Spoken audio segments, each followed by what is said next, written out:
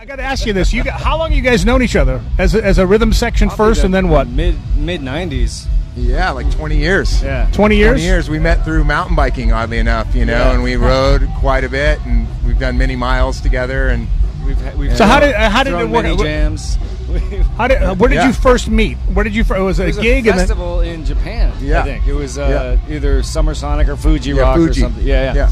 And I fanned out on him pretty hard. Did you? Because I knew Brad a little bit, so I was like, "Hey, Brad, we talked to Tim."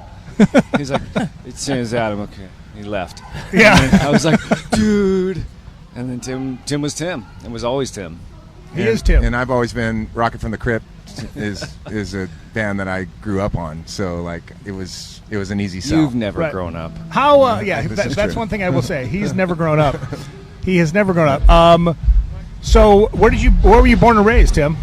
In Irvine. In Irvine. Oh, so you're within the 91X screaming distance, so you could actually hear us in Irvine then. Maybe so. Yeah. I'd like to, like I was arguing with somebody the other day on whether or not San Diego is considered Orange County. And I kind of consider San Diego Orange County. Well, somebody will kick your ass for saying that, right, That's Adam? okay, I'll fight back. I'll vouch for that. We've always considered Orange County the wannabe North County San Diego, right, Adam? Well, I mean, there is a divide. You got the San Onofre thing, which is a Camp Pendleton. Like, there is a divide. But if that wasn't there, it would be a tough line to draw. Right. Because it just sprawls. It's a sprawl. Yeah. We would take mountain biking trips down to South Irvine, right? Where we would go and ride, I don't know, I crashed. I can't remember. Santiago? Yeah. Did we go there? Yeah. Yeah, Santiago. He would take me on these trails, and I'm like, man, I can't do that. He's all, whatever, bye. And I'm like, shoot, I better Sink keep or up. swim. Yeah, it was a lot of sinking. So, Tim, do you remember the first time you heard Rocket from the Crypt? Probably when I was in, maybe 3 years before Rage. Maybe it seems like it would have been in the 80s or something, like the late 80s or 1990s, early something 90s, like that. Early 90s. 1990. First, right? when was Pain is a Like you guys were around in 91 was 91. Okay. 91. So yeah. Yeah, it seems like it was before Rage. It was before Rage. Yes, it was. But I don't know. It was before Rage. If he's saying I know that it would be.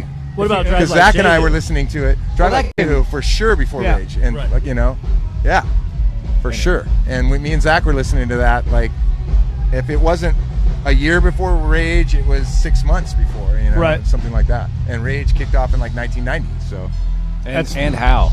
Yeah, and how is right. And how's right. So, tell me how you hooked up these they're French guys in WAKRAT.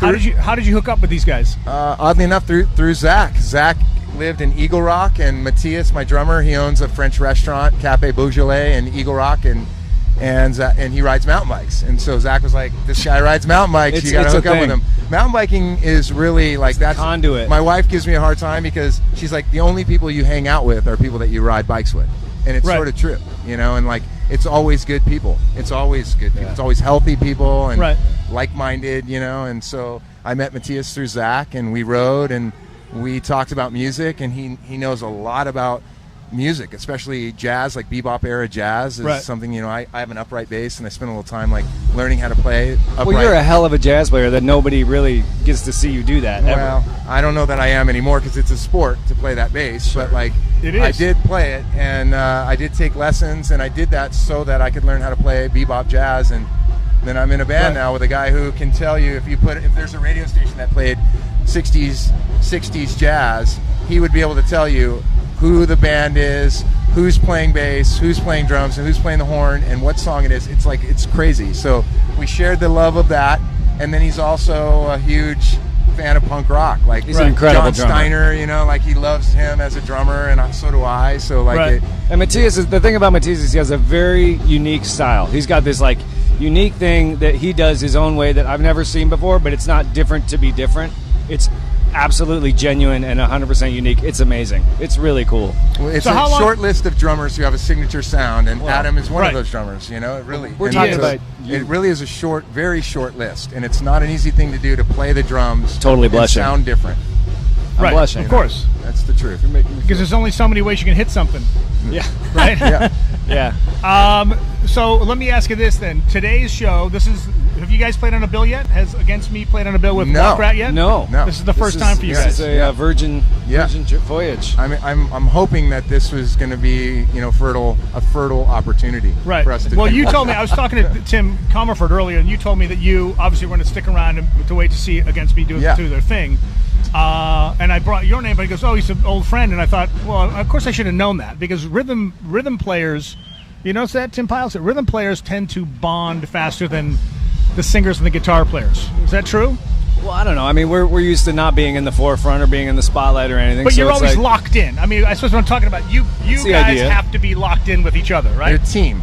It's a team thing. And a singer and a guitar player, for the most part, are Soloists. individuals, and the drummer and the bass player create the foundation that's solid. Hopefully, that they can play a sour note or sing the wrong part, but it's okay because the foundation is so great. And it's so that's a mindset, right? To be there and be that, and that translates into what kind of person you are. Therefore, like-minded people, right? Right. I agree with that. Full circle thing. So would there possibly be some time after you get done with this massive album you guys got come out with Against Me, would you ever go and want to work in the studio with Adam or vice versa? I would jump at the opportunity. I sort of feel like I missed the boat a little bit in the 90s when we were hanging out and riding. We did do a lot of jamming, and I just, at that time, I just didn't have the same sort of confidence. I was doing the now. Special Goodness thing, and you were really hyped on that. And Tim was actually a real big supporter and fan of the Special Goodness. Yeah. Right. Took the Special Goodness out on tour with Audio Slave. It was like he did a lot for us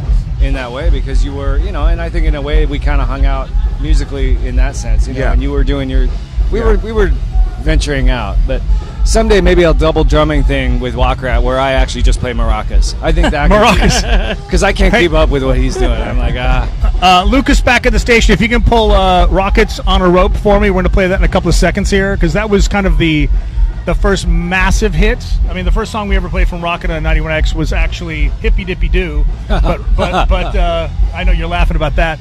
I was 17 but On a Rope when was we the one recorded that actually propelled Rocket in San Diego to the status, whatever that meant, like when you were in the band back in those days. So, Lucas, if that thing's ready, go ahead and start that, and we're going to continue this conversation here, I think, on the Facebook, and we'll do that right now. Lucas, is it ready to go? Say yes and start playing it. It's 91X.